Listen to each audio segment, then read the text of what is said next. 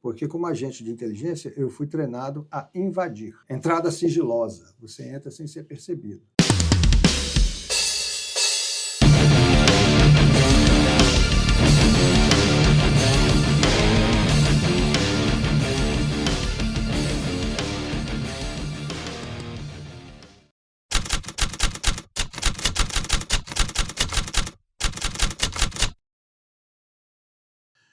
Sejam todos muito bem-vindos a mais um podcast da Somax.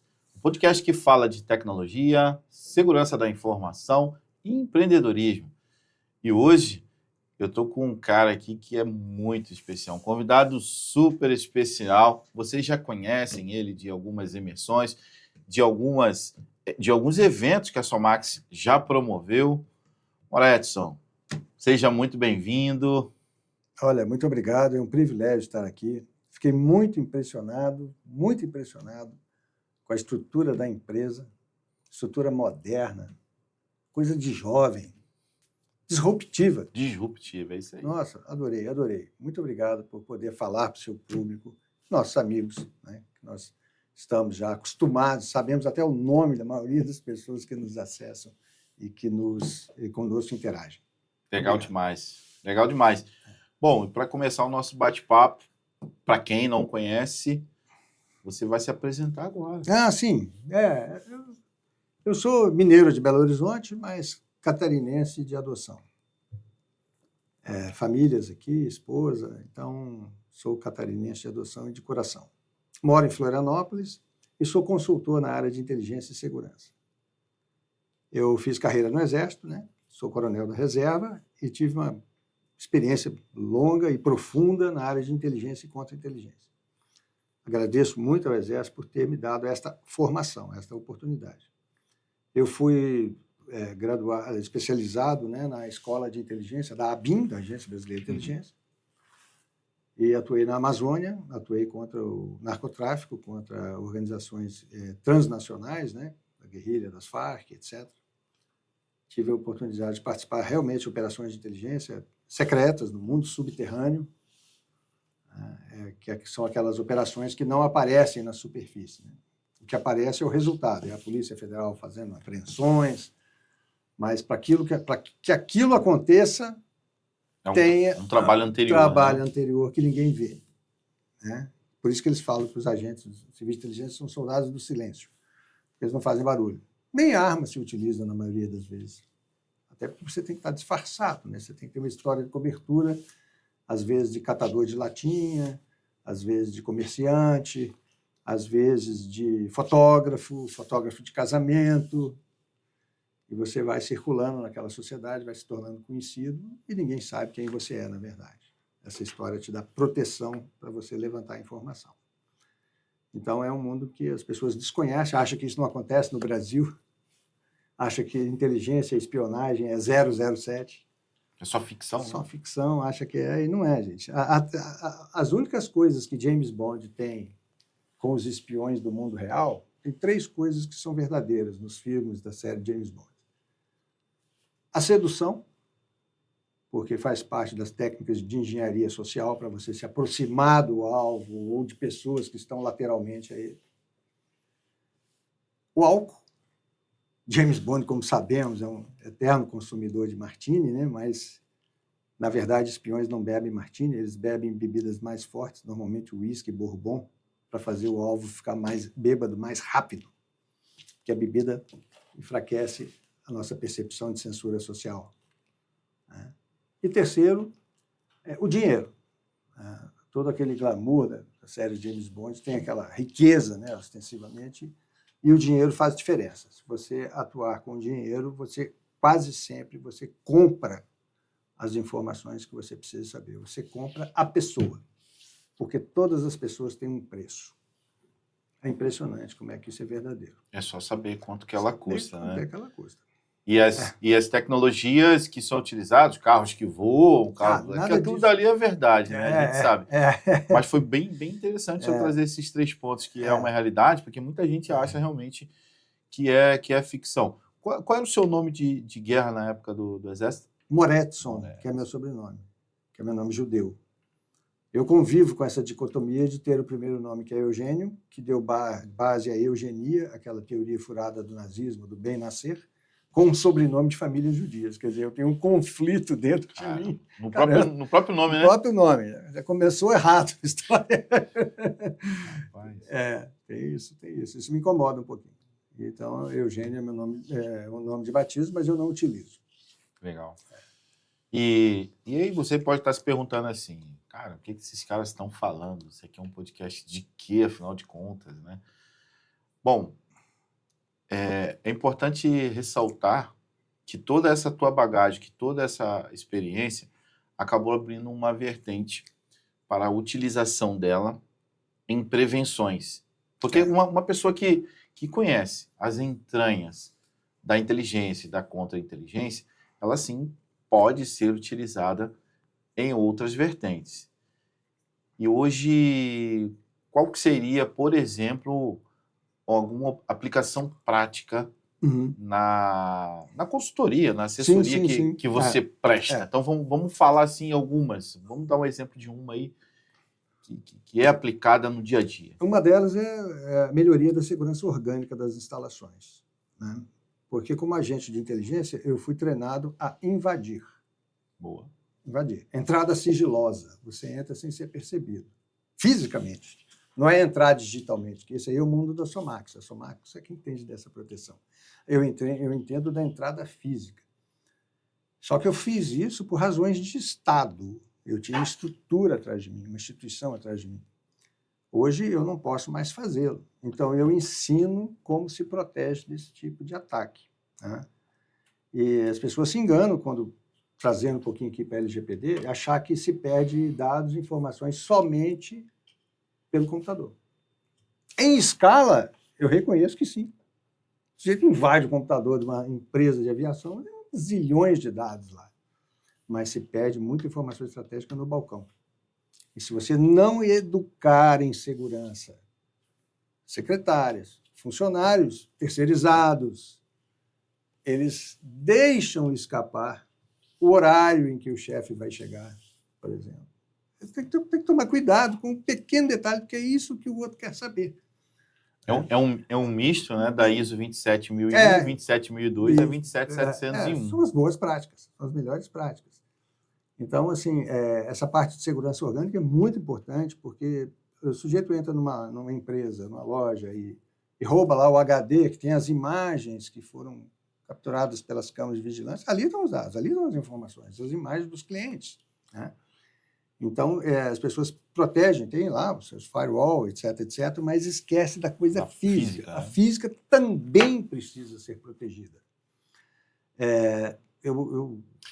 Recentemente, até corroborando com isso que você está falando, teve um aumento de criminosos, e principalmente aqui em Santa Catarina, né, que a segurança pública que é um pouco mais estabilizada, de criminosos invadindo agências, postos bancários, para roubar o quê? O computador. Não é para roubar dinheiro. Roubar o computador. Roubar o computador. Ah, Damião, mas aí o computador fora da rede, ele não consegue fazer muita coisa. Mas será que o que tem na máquina, e se ele tiver acesso, ele não conseguiria privilégio de informações? Conseguiria privilégio e conseguiria extorquir o proprietário. Olha, quer que eu te devolva? Paga quanto? Essa extorsão existe também, né? E até coincidentemente, vendo no Jornal Nacional ontem, que pegaram um táxi lá em São Paulo, lá com bananas de dinamite, 80 bananas de dinamite na Polícia Rodoviária Federal. Isso é muito importante, essa ação ostensiva ela é muito importante, porque ela é uma ação inibidora e traz para a população a sensação de segurança que a polícia está trabalhando. Essas bananas de dinamite, olha só que interessante, como é que elas foram parar na mão do bandido? Por um troço chamado lavagem da dinamite. A pedreira que vai demolir rocha na estrada, ela comunica ao Exército que ela vai fazer a demolição daqui a tantos dias e vai usar 100 quilos de dinamite. O Exército tem a obrigação legal de controlar o estoque, se isso está sendo estocado. E não a aplicação. E não a aplicação. A aplicação, a lei não manda. Então, se o Exército não é mandado, ele não pode agir. Aí, na hora de colocar, em vez de colocar 100, eles só colocam 50 e 50 são desviados. E acabam caindo em mãos de criminosos que vão estourar a caixa eletrônica. E aí tem que fortalecer a segurança orgânica dos locais que tem a caixa eletrônica. E aí, só para vocês entenderem, pessoal, isso é uma operação legal que acaba tendo consequências ilegais em virtude de processos imaturos, de processos exatamente. que não controlam, que não são efetivos. Não são eficazes. Porque você controlar, né, Moretti? O estoque? Só o estoque é brincadeira, né? Só a entrada no estoque, na verdade. Só a entrada e a saída. Entrada e saída. Apliquei a dinamite 100 quilos na explosão. Restaram tantos quilos no paiol. Se o exército for lá fazer uma inspeção, vai sim. Aí chega lá, tem os quilos que o cara disse que tinha, no fax, que até hoje é usado. Só que o que foi aplicado na destruição foi desviado metade. Então, daí que vem a coisa. E isso você ajuda a empresas a verificarem perímetros. Sim, perímetros de segurança. Se tem segurança efetiva. Efetiva. Muita gente hoje gosta muito de câmera. Gente, cuidado com câmera. Câmera, ela pode criar falsa sensação de segurança. Ainda mais no litoral, a gente vê muito isso. Lá em casa tinha um problema, lá eu coloquei uma câmera, agora eu estou tranquilo, lá na casa da praia, né? Não está tranquilo, não. Os bandidos hoje dão tchauzinho para a câmera. O pessoal do Vale do Itajaí tem muito isso, né? Mora lá nas cidades. No calorão, e tem a casa de praia. Agora eu botei uma câmera lá e está tudo certo. Não está nada certo. A câmera é uma medida importante por registrar, né?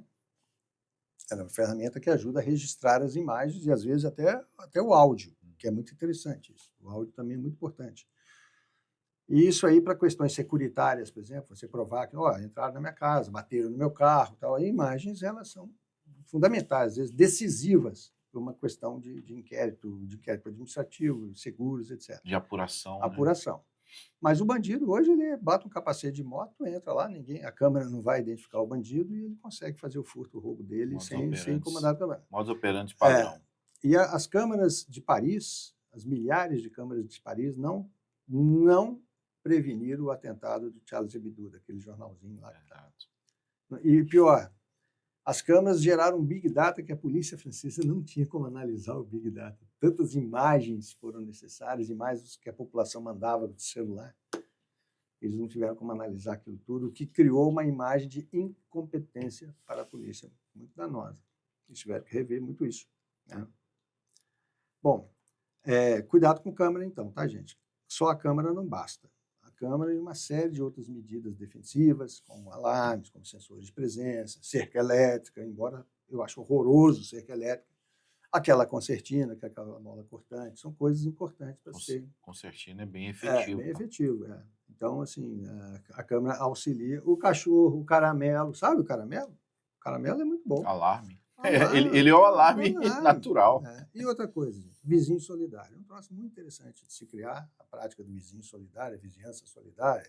Meu vizinho está de olho, tem vários nomes, né? Em que um vizinho dá uma olhada no quintal do outro, tal, tem o contato, às vezes tem uma rede no WhatsApp, gente, tal. Aqui em Santa Catarina é muito comum, né? Eu sou carioca, para quem me conhece, sabe que isso... Às vezes as pessoas viram as costas e não querem nem saber do problema do outro. Mas aqui em Santa Catarina tem essa solidariedade.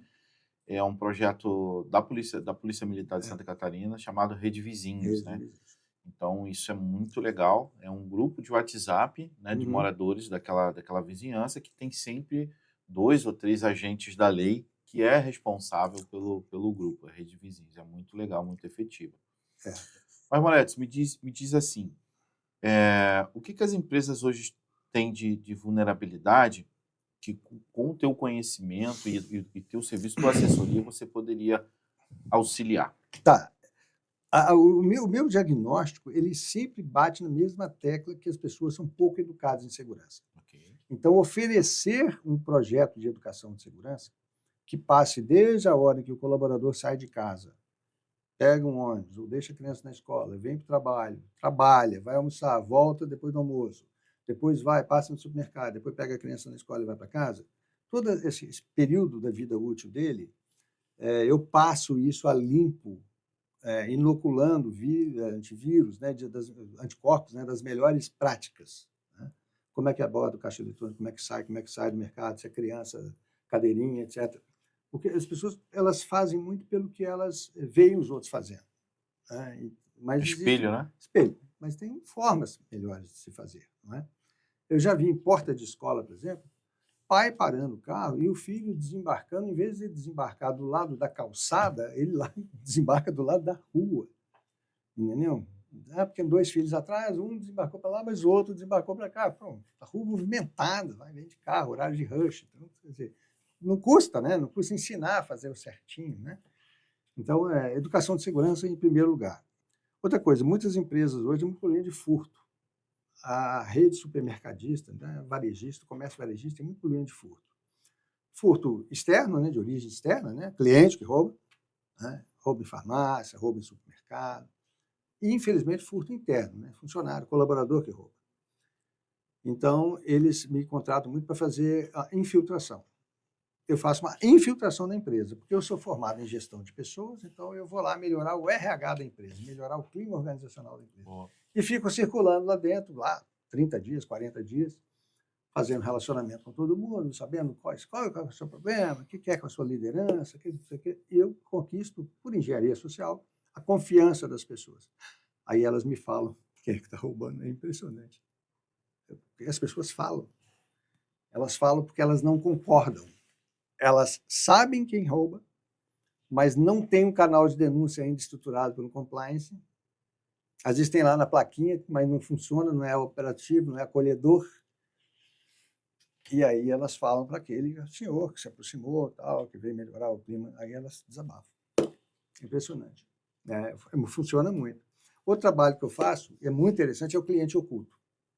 Eu faço cliente oculto, paciente oculto, vou para uma clínica, vou consultar, vou num dentista, aí eu avalio higiene, procedimentos, né, se lava a mão, em hotel, me hospedo para ver se está tudo, especialmente cozinha, se está limpa, circulo bastante. Hospital, eu adoro hospital, porque minha família era proprietária de hospital.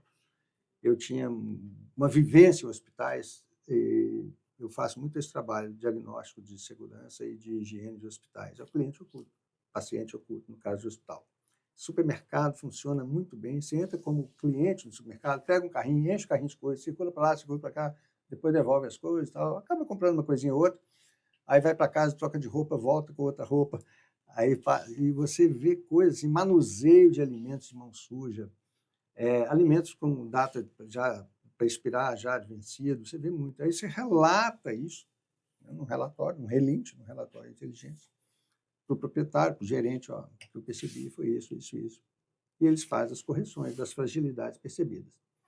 E talvez para o seu negócio seja algo que passe desapercebido e que possa fazer muita diferença, principalmente quando o aspecto satisfação do consumidor final, que é a experiência do usuário, a experiência do seu cliente, e aí talvez você não entenda por que o seu cliente está indo embora, né? Exatamente, exatamente. Hoje as pessoas são mais exigentes com as coisas, né? Eles querem local limpo, né? Eles querem higiene e tratamento, né? As pessoas gostam de ser bem atendidas. Se o sujeito é mal atendido, ele não volta, né? Então, isso tudo é um indicativo de que algo não está bem. Geralmente, algo não está bem no nível da gestão. Ou não selecionou bem, ou não treinou bem, que é outra área que eu atuo. A área de background check. Saber quem é que vem trabalhar aqui. Essa área é muito estratégica, gente. Alguns setores, inclusive, se valem até de policiais para prestar essa informação de vida pregressa. E, recentemente, tem 1 ou 2 dias até, eu soube pelo noticiário que está com o presidente assinar uma lei que amplia a possibilidade de comerciantes, etc., saberem mais sobre a vida de quem estão contratando, a questão de pedofilia. Isso é muito importante, muito né? Importante, muito importante. E isso tem que ser transparente mesmo, tem que ter acesso a um cadastro mesmo, sim. Nos Estados Unidos, por exemplo, é assim. O cadastro de pedófilos condenados, Público. estupradores, é público. Público. Tem que ser público. O cara já foi condenado. Recentemente, recorrentemente, inclusive, ele acaba recebendo visitas de agentes da lei para sondar, para saber se está tendo alguma alteração, se tem algum problema. E isso talvez evitaria muitos danos dentro das empresas. Porque, assim, hoje, o que a legislação diz, né? Basicamente, vai depender muito da atividade que ele vai desempenhar. Se o cara vai trabalhar num banco, por exemplo, obviamente que tem motivos, sim, de puxar a certidão criminal dele. Escola. Se o cara vai trabalhar em caixa, né, como operador de caixa, olha, eu preciso. Talvez muitas pessoas acabam não fazendo, mas se eu estou dando uma consultoria, estou dando uma assessoria para uma empresa em compliance, com certeza eu recomendaria. Você tem feito uma diligência no CPF dessa pessoa? Ah, não faço e tal. Mas seria bom fazer. Transportadores de carro forte, por exemplo, transporte de valores. O cara tem que ter uma vida límpida ali, porque ele acaba não ingressando. E talvez isso seja um gap na contratação, não só pelo fator de cultura, mas pelo fato de estar num ambiente e contaminar aquele ambiente, de repente, com uma fala, né? A gente estava falando sobre engenharia social, e talvez algumas falas, algumas frases que uma pessoa possa falar dentro do seu time, possa contaminar elas. Não é nada disso não tem nada a ver não, que é besteira. Isso acontece mesmo? Isso acontece, sim. Inclusive, uma das técnicas que eu utilizo que a gente chama de elicitação, que é você retirar a informação da pessoa sem ela perceber que ela te deu essa informação. E muitas vezes é isso. Nós estamos aqui conversando sobre um assunto, nós três, né? Nosso amigo que está no nosso suporte técnico, Márcio Samba, mais uma vez, obrigado pela sua participação. Esse cara é sensacional. Nós estamos conversando sobre uma coisa e o Márcio chega e fala de um assunto a respeito de política, né? A respeito de eleições. Ele fala uma coisa e eu quero saber mais do que ele falou. Eu uso exatamente essa expressão que você usou. Eu falo assim, Márcio, isso não é bem assim, não. Eu faço uma provocação a ele. Não a ponto de irritá-lo, dele fechar a cara para mim. Tu ativa o gatilho dele, o gatilho mental dele. Mesmo com a vaidade dele. Aí ele quer mostrar conhecimento, aí ele me fala o que eu preciso saber. Isso é muito comum no meio acadêmico. Então, o professor, né, eu também sou professor, nós somos professores. Aí, quando o aluno o provoca, no bom sentido da coisa, aí que ele se sente um empoderado e aí que ele... Agora, cuidado com esse professor, porque às vezes ele está desenvolvendo uma pesquisa de muitos anos, né? A empresa está investindo nessa pesquisa, e esses acadêmicos, principalmente no nível de doutores, eles são muito avessos a essa questão de inteligência e contra-inteligência, porque isso eles acham que é coisa da ditadura. Né? Não vem com essa conversinha. Uma coisa é uma coisa, outra coisa é outra coisa. Aí eles não são educados em segurança. E você retirar a informação da pessoa dessa é relativamente fácil, porque se mexe com os brios dela, com delicadeza, naturalmente, com jeito, e provoca ela a falar. Isso acontece de verdade. Nós estávamos falando sobre a questão do background check. Ontem saiu no noticiário que um enfermeiro, um técnico de enfermagem, soropositivo para o HIV, lá em Curitiba, abusava sexualmente de pacientes sedados. Aí o namorado dele viu os filmes que ele fazia com o próprio celular. Além de criminoso, era um idiota, né? Ele filmava aquilo com o celular e deixava no celular. E o cônjuge dele, era um outro homem, viu aquilo, mexeu no celular do cara, o que também não está certo, mas até que é por um motivo justificável, viu as imagens e o denunciou. Agora ele está preso. Ele foi preso ontem à noite, hoje de manhã. Que horrível. Olha, e ele trabalhava em clínicas.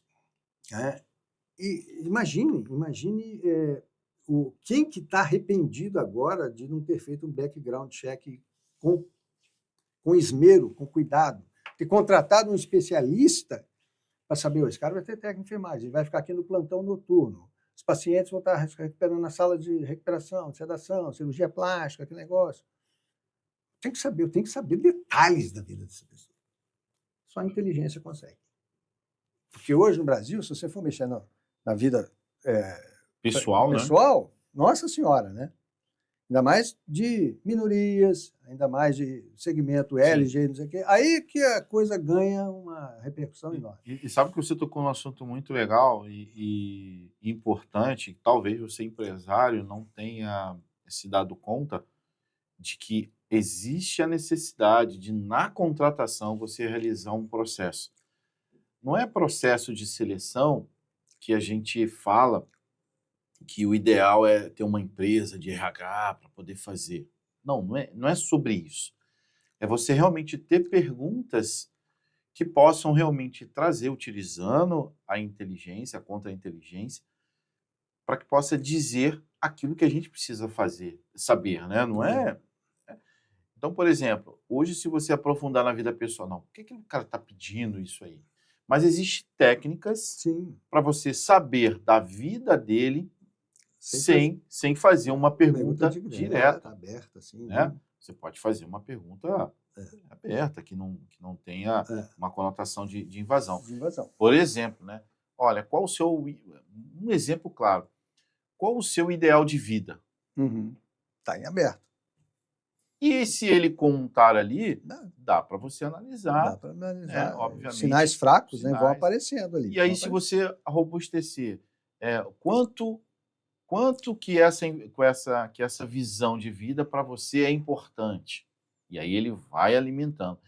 Então, assim, para o empresário que não se importa com isso, que não se importa em saber realmente quem está dentro da empresa, dentro do seu negócio, quem está entrando, pode ser um risco reputacional que pode acabar com o negócio. Recentemente, também um laboratório lá no Rio de Janeiro estava coletando exames, né, coletando sangue de pessoas também soro positivo, ou seja, sangue contaminado sendo implementado, aplicado em pacientes. Olha só que loucura. Pessoas estavam precisando de transplante, né?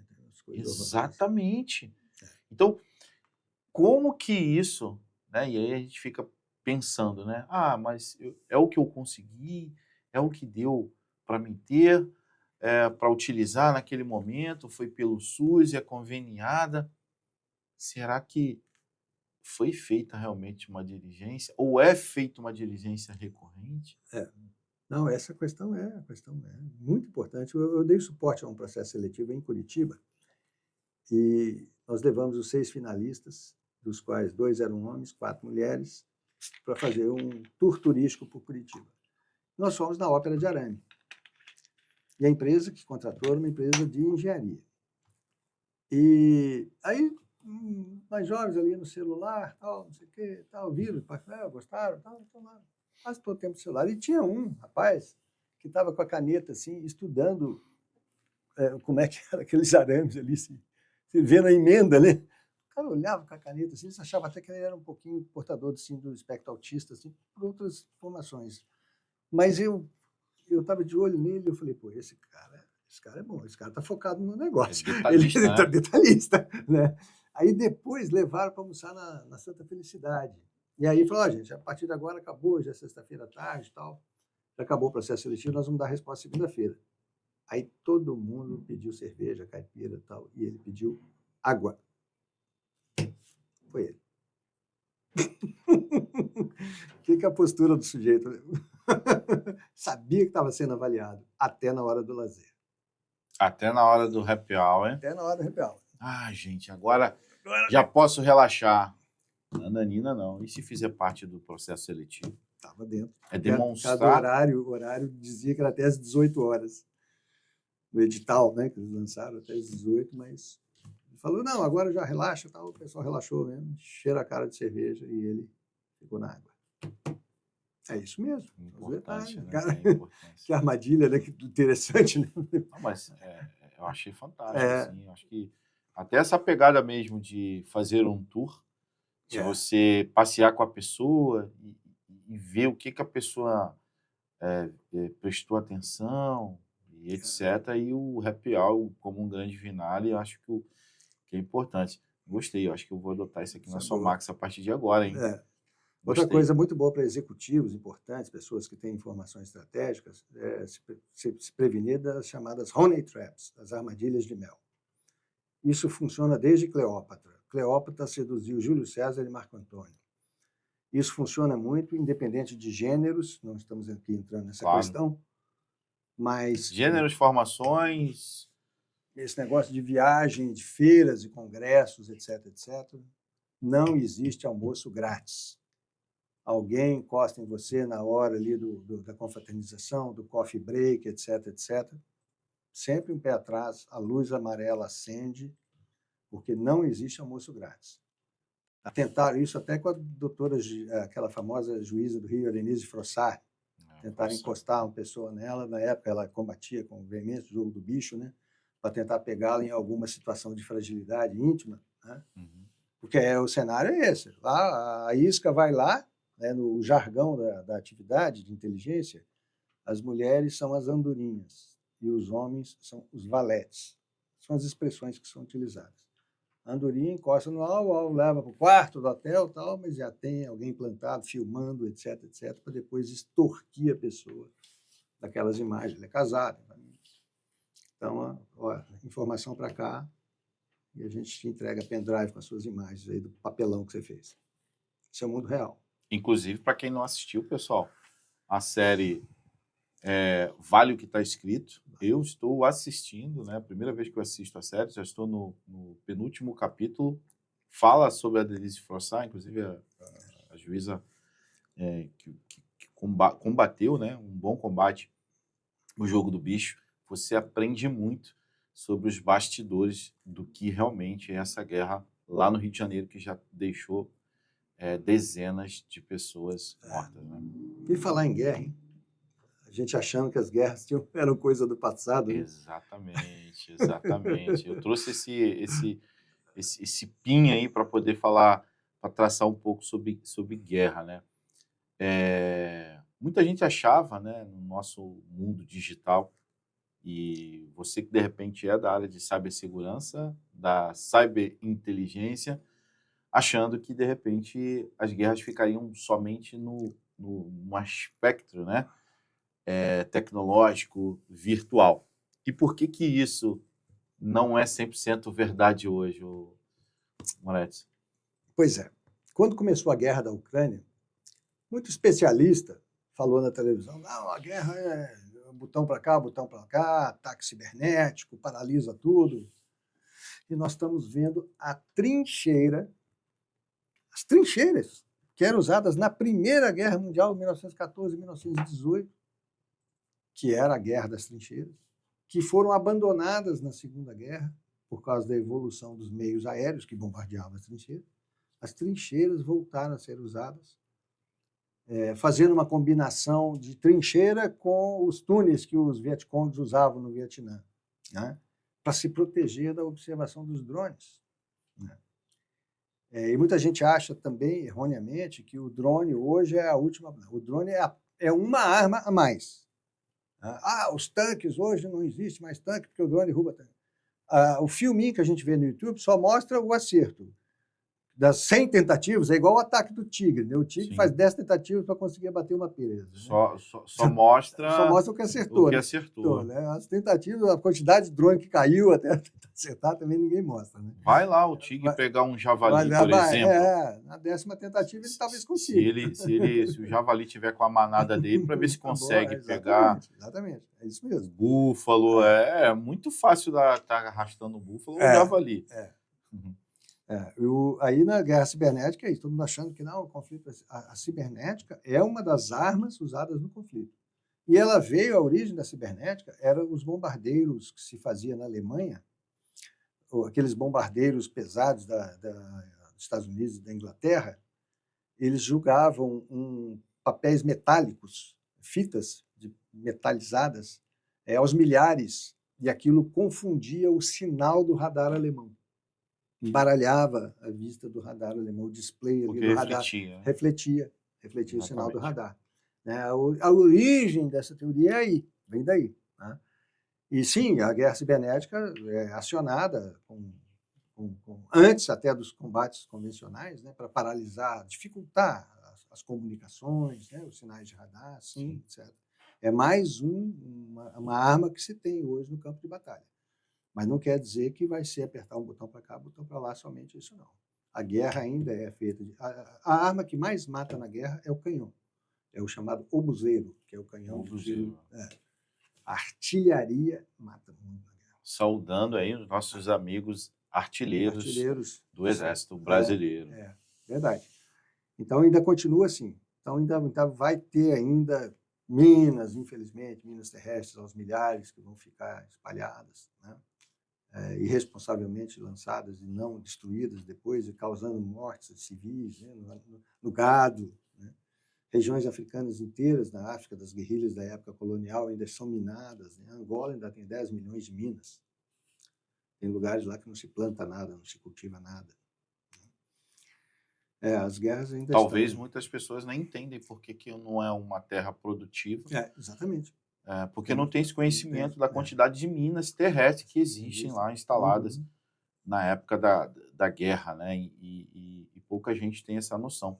Assim como muitas pessoas não fazem ideia do que a tecnologia também tem auxiliado a guerra urbana, né? Guerrilha urbana. A gente vê hoje no estado do Rio de Janeiro, na cidade, basicamente, aí do Rio, Grande Rio, marginais, eles utilizam drones para poder verificar o contingente de agentes policiais que estão chegando na comunidade, para saber se dá para eles ficarem ou se eles precisam se evadir. Né? Então, para quem achava que a guerra e que a tecnologia era somente para poder atacar, para poder em si infiltrar, ela também hoje está sendo um acervo contencioso para as guerras, né? Você imagina, e ela é muito barata, ela é acessível. Você compra um dronezinho desse chinês aí por R$2.000 e poucos, agora com a taxa de importação acho que é um pouco mais. Mas até pouco tempo... 5 pau você...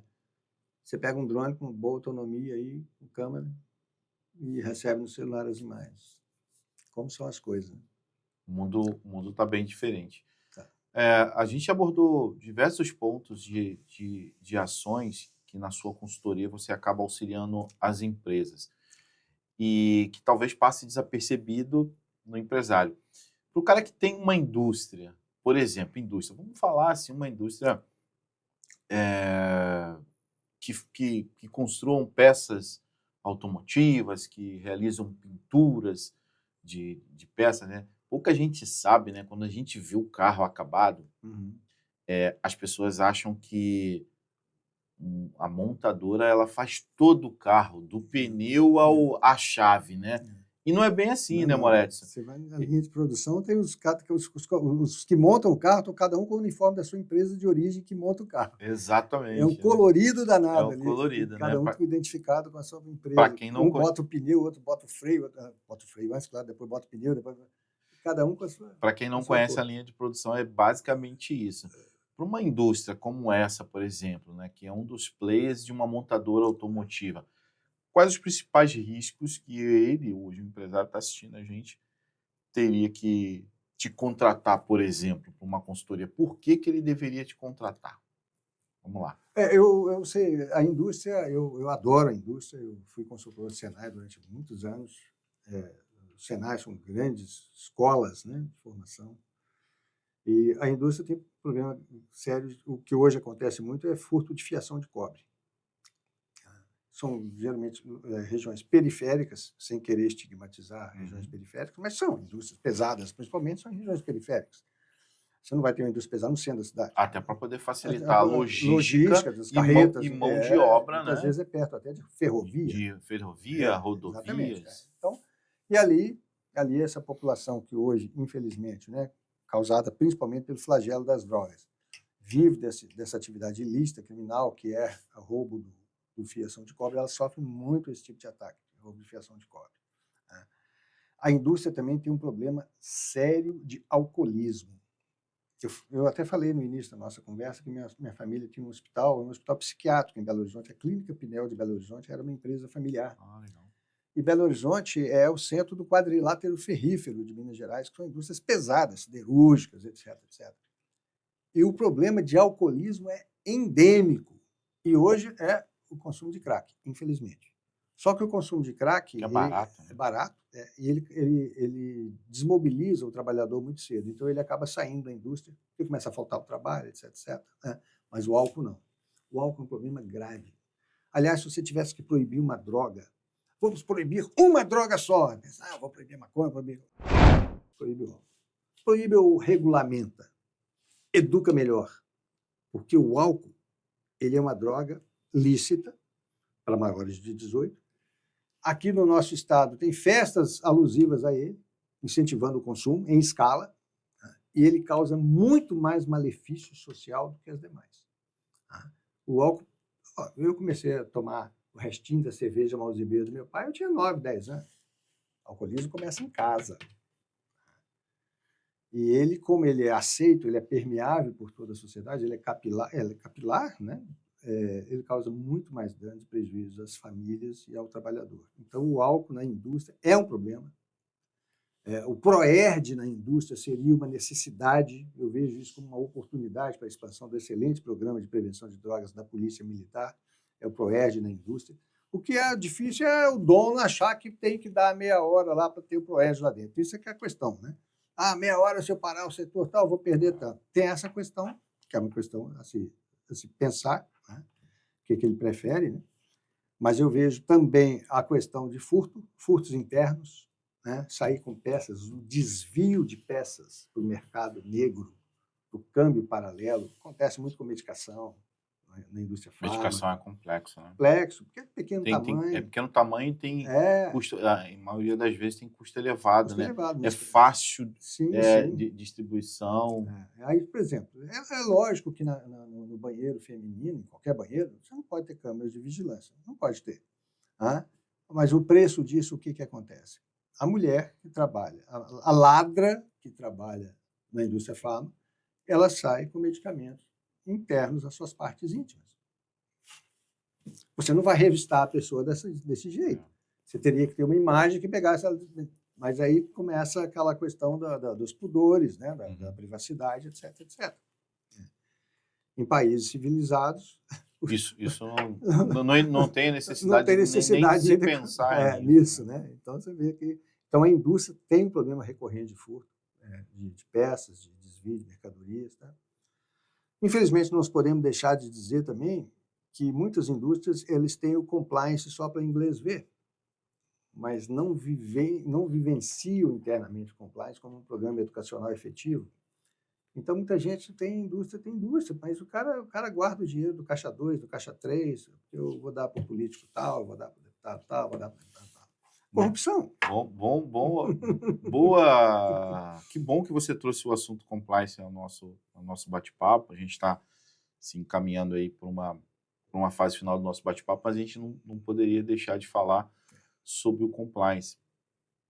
E a Somax hoje é uma empresa que assessora negócios a entrar em conformidade no compliance. Nós possuímos, inclusive, canal de denúncia, uma plataforma exclusiva para que você possa fazer com que os seus colaboradores, seus funcionários tenham uma forma de trazer intercorrências e denúncias de forma sigilosa, segura e muito prática. Se você ainda não implementou o compliance na sua empresa, fale conosco ainda hoje. Estão em boas mãos, hein? Assino embaixo o que ele falou. Legal. E falta uma palavra para eu falar para você a respeito da indústria. Não é tanto no caso das montadoras, mas mais no caso das indústrias criativas, é a espionagem industrial. Né? Espionagem industrial existe, tá, gente? Espionagem industrial, às vezes, acontece quando o tecido, a roupa, está exposta na vitrine da loja do shopping e vem uma pessoa lá e finge que está fazendo selfie, está tirando foto daquele modelo para poder fazer igual. Sabe por que as pessoas não acreditam muito em espionagem industrial? Porque elas não conseguem imaginar que existem diversas formas de fazer isso. Elas simplesmente entendem que espionagem industrial é pegar uma planta de uma peça, né, com a medida, com um recorte. um modelo de uma roupa e etc. Mas não é nada disso, né? Você pode realizar uma espionagem industrial de diversas formas. Uma delas, inclusive, é você comprando o relógio e fazendo engenharia reversa dele, descobrir como é que ele desmonta ele todo, pronto. Engenharia reversa. O pessoal fala da fórmula da Coca-Cola, que a fórmula da Coca-Cola é o segredo mais bem guardado do mundo. Mentira, a fórmula da Coca-Cola já é conhecida há muito tempo, porque pegaram a Coca-Cola, colocaram dentro desses coisas de laboratório, com um computador quântico do lado, descobriram a fórmula da Coca-Cola toda. Mas por que não pode fazer igual? Por causa da indústria de patentes, os segredos de patentes americanos. Os advogados dela vão deixar você pobre se você tentar falsificar. Isso é até um mito, né? A pessoa fala, até hoje descobriram a fórmula da Coca-Cola, né? Trabalharam isso na mente das pessoas só para não trazer a realidade jurídica atrás da fórmula da Coca-Cola. Então, se você mesmo pensava que até hoje ninguém descobriu a fórmula da Coca-Cola, olha, perdeu. É completamente equivocado esse teu pensamento. Mentiram para você, mas na verdade é o compliance que traz isso, né? Falando um pouco de compliance, tudo aquilo que você faz, tudo aquilo que você traz como boa ação, e talvez aquela empresa, por exemplo, né? A gente tem muitas empresas hoje de educação, empresas que têm não só um know-how, mas um intelecto especial de alguns mentores.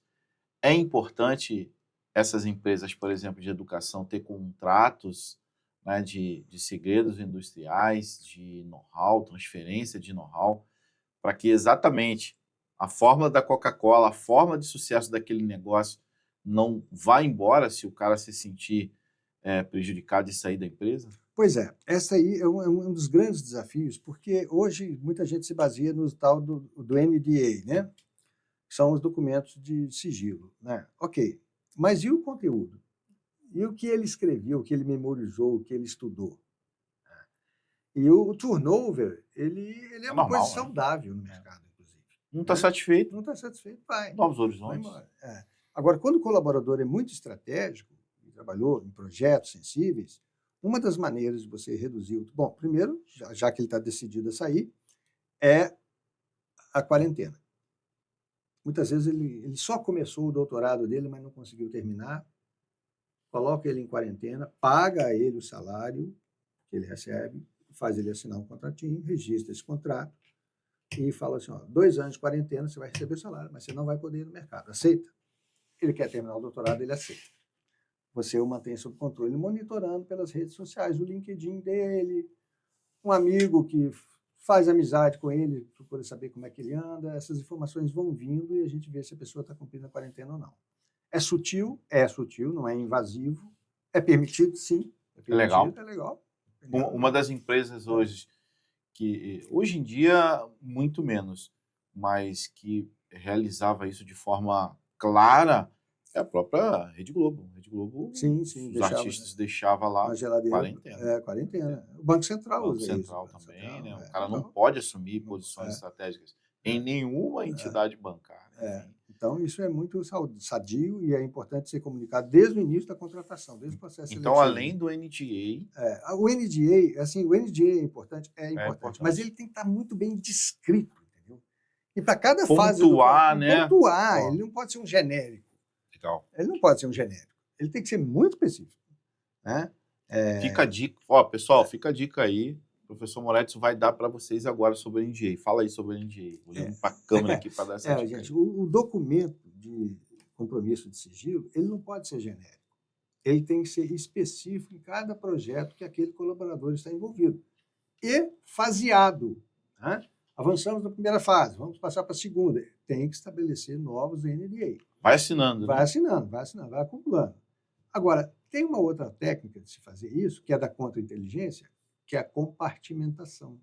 A compartimentação ela surgiu com o submarino Nautilus. Surgiu no mundo moderno. O Nautilus, a popa dele foi construída num lugar, o meio no outro e a proa no outro. E depois fundiram as 3 partes, para evitar justamente a possibilidade de espionagem. Ninguém sabia direito, a não ser, claro, o dono e os auxiliares próximos do projeto, o que ia encaixar em quê. O submarino Nautilus foi um Lego que foi sendo montado aos poucos. Né? A compartimentação é você não colocar todos os ovos numa cesta só. Bom demais. É bem parecido com a segregação de uma base de dados, né? Você colocar em lugares diferentes determinados dados que são coletados. Eu gosto muito de falar sobre a questão do incidente de segurança do iFood, né? O iFood ele tem uma base que é só o template, uma base que é só os usuários, uma base que é só de pagamento. Ou seja, para tentar roubar os dados do iFood, precisa ser muito específico, né? Tanto que quando ele sofreu o incidente a primeira vez, conseguiram apenas trocar lá o layout, né, dos lanches, dos produtos, colocaram lá, inclusive, lanche Bolsonaro, lanche Lula e tal, foi muito engraçado isso aí. Então, bem importante essa dica de compartimento, né? Você fragmentar alguns projetos dentro de um negócio. E hoje, por exemplo, você tem, em alguns casos, né, de assédio de gestores, de líderes, por exemplo. Uma das formas de você realizar essa investigação através de um canal, por exemplo, de denúncia, através de uma ação preventiva sobre esses problemas. É claro que, falando como assessoria, como consultoria, implementar efetivamente, você trouxe, né? Tem que ser efetivo um programa de compliance. Mas só isso ajuda? O que num programa de compliance precisa entender? Porque muita gente fala assim, cara, tem que ter um advogado lá, tem que ter pessoas que entendam de pessoas, mas na realidade, na tua experiência do dia a dia, dentro das companhias, o que efetivamente um programa de compliance precisa ter para poder resolver esses problemas, inclusive em caso de investigações? A primeira coisa que eu acho que ele tem que ganhar a confiança das pessoas. As pessoas têm que confiar, têm que acreditar e confiar na função compliance e nos profissionais que estão lá. Que tem que ser profissionais íntegros, preparados, né? De preferência contratados para tal, né? Externos, contratados externamente para tal. Por quê? Porque quando vamos lá, as pessoas, como já convivem há muitos anos, já conhecem os podres do sujeito, agora ele é do compliance. Aí começa lá no cafezinho, na rádio corredor, você viu? Colocaram fulano no compliance, era só que faltava. Porque todo mundo já sabia dos vícios dele, dos problemas dele, pessoais, inclusive. Então, pessoas externas que vêm e que sejam acolhedoras. Se tornou famoso o fato do compliance ser muito hoje levado adiante por advogados. O advogado é muito importante no compliance, mas o compliance também é uma coisa de psicólogos, é uma coisa de pedagogos, pessoas que ensinam, pessoas que acolhem, pessoas que escutam. A mulher é muito importante no compliance. Eu acho que se tiver que escolher um gênero para ter compliance, tem a mulher. Se tiver que escolher um, né? O importante é que seja multigênero, mas escolha uma mulher para trabalhar no seu compliance. Pelo menos fazer parte do comitê, da equipe. Né? Porque a mulher escuta a mulher. E a mulher também escuta o homem. Tem homens que preferem desabafar com uma mulher, porque ele sabe que ela vai entendê-lo de uma forma diferente. Ele vai enxergar nela a irmã ou a mãe, né? O homem já é mais, e aí, diz aí. aquele estigma do delegado, né? Muito legal. O cara bota o óculos escuro assim em cima da mesa. Estou com pouco tempo. Fala aí. Fala aí. Desembucha. A mulher já acolhe diferente, a escuta diferente. As mulheres na inteligência são excepcionais, né? Porque elas têm percepções assim, que vão além da nossa compreensão, né? Você sabe por que toda inteligência artificial tem nome de mulher? Porque ela tem mais neurônios do que os homens. Não, é porque se fosse nome de homem não encontrava nada. Nada. A gente não encontra nada. Eu falo, já me fizeram essa pergunta, eu até falo, é nome de mulher porque a mulher tem mais neurônios do que os homens. E é verdade isso, né? É verdade. Cientificamente comprovado, as mulheres têm mais neurônios do que os homens. E nesse processo aqui na Somax, por exemplo, todo o nosso comitê de compliance, nós temos os membros que são do nosso time interno, temos membros do comitê que são franqueados, do gênero masculino, do gênero feminino. A gente sempre está, vamos dizer assim, né, renovando as pessoas para que elas possam alcançar o maior número de representatividade possível. Isso é muito importante. As pessoas, foi como você falou, as mulheres escutam as mulheres, se veem como mães, se veem como irmãs, se veem como filhas. Então, você ter uma pessoa dentro de um setor tão sensível que é o compliance, que é o canal de ética, com pessoas que são seus pares, é importante demais, né? Sim, com certeza é. E eu acho que as empresas que ainda não acordaram para essas questões de compliance, sustentabilidade e governança serão ultrapassadas pelas que acordaram. Hoje, para participar de certames licitatórios do governo estadual e federal, tem que comprovar compliance estruturado, tem que comprovar que combate o trabalho infantil, tem que comprovar trabalho escravo análogo, né? Política contra suborno. Exatamente. Isso, políticas de integridade. Então, tem esses certificados têm que começar a aparecer. Os sites têm que publicar, os sites da empresa têm que publicar. Porque a primeira coisa, a pessoa vai no site, viu? Falar, o compliance é o quê? É só uma placa na entrada? Né? Não. Então, tem uma investigação que é feita, uma due diligence que é feita para saber se essas empresas são realmente idôneas, se elas têm um programa de combate à corrupção, políticas de integridade. É absolutamente necessário. E eu acho que está certo. E os bancos hoje estão até mesmo negando financiamento ou cobrando juros diferenciados para empresas que não respeitam o meio ambiente. Historicamente. Pegou a visão aí, pegou a dica. E, inclusive, você que ainda não tem, atua com o governo, né? Licita com a administração pública, licita com órgãos, né, mistos, entidades, organizações que praticam, né, o ESG, praticam o compliance, é um diferencial competitivo, né? Inclusive tem a certificação chamada Certigov, que abre uma série de prerrogativas, inclusive com juros diferenciados para financiamentos de projetos, financiamentos de bens e equipamentos, que trazem exatamente o que é a escolha de uma empresa. Escolhi ser ética, escolhi trabalhar com as questões ambientais, né? Então, isso é muito importante dentro do nosso espectro comercial. Então, compliance não pode ser só para inglês ver, né? Não, não é. E ele tem valor agregado. Compliance traz valor à marca. Quer que sua marca continue mal falada? Não assista podcast da Somax. Legal. A gente vai pedir agora para você trazer uma dica aí matadora para a empresa, para o empresário que está assistindo nesse momento, para ele começar a pensar em ética, em segurança, em engenharia social. Por que ele precisa pensar nisso? Então, dá uma dica para ele agora, nesse momento. Aquele empresário que ainda não pensou em adotar um programa de compliance bem estruturado, aquele empresário que não pensou ainda nas 3 letrinhas ESG, Environmental, Social e Governance, Meio Ambiente, Social e Governança, eu tenho um recado duro para você. Você já está perdendo dinheiro.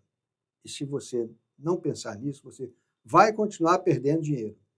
E você vai ser ultrapassado pelos competidores que já fazem isso. Siga a regra dos 3 nãos. Não seja valente. Não faça aquisições no mercado de outras empresas sem um processo de due diligence muito bem feito e bem conduzido. Não seja imprudente. Não seja valente. Não seja imprudente. Não se meta em negócios escusos. Não aceite fazer caixa 2 para deputado, para parlamentar, para nada disso. E não seja inocente. Hoje o que mais existe é gente tentando fraudar, tentando levar vantagens que não fazem jus. Contrate um bom profissional para lhe assessorar, um Somax Group, por exemplo, que você terá um ganho, com certeza, exponencial. Falamos assim e foi muito bom estar aqui. Pô, bom demais. E a gente faz uma dinâmica final aqui, que é aquela pergunta com resposta rápida. Opa, vamos lá? Bora. Bora lá. Um sonho. Um sonho? Continuar fazendo palestras e viver disso.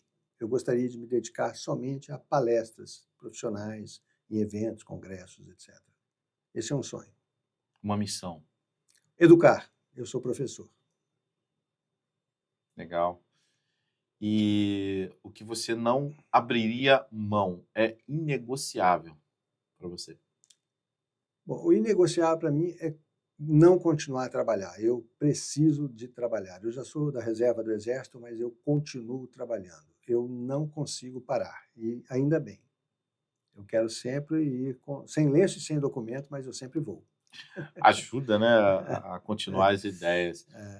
Moletos, deixe as suas redes sociais, seus agradecimentos finais. Muito obrigado pela oportunidade de estar aqui com todos, de me ouvir, a paciência de me ouvir, a humildade que eu tenho de dizer que é um privilégio mesmo estar aqui na Somax. Eu fiquei super bem impressionado. Parabéns com a estrutura que vocês montaram, com os profissionais que vocês têm. Tá? E eu sou o cara do LinkedIn, né? Eu sou o cara do LinkedIn. Moretson contra a inteligência no LinkedIn. Eu estou sempre lá, é a única rede social que eu tenho. No meu caso, o meu produto não é de prateleira. Não é de prateleira. Não é de prateleira. Quem sabe, quem quiser me encontrar, me encontra. Legal demais. Moletos, obrigado demais pela sua presença, pela sua participação. Foi um bate-papo incrível. A gente ficaria aqui horas falando. Sim. O assunto acaba fluindo. A gente nem se deu conta ali do tempo. Verdade. Mas parabéns e obrigado pela sua presença, meu querido. Tá bom, querido. Tamo junto aí, ó. E vamos ver. Foi.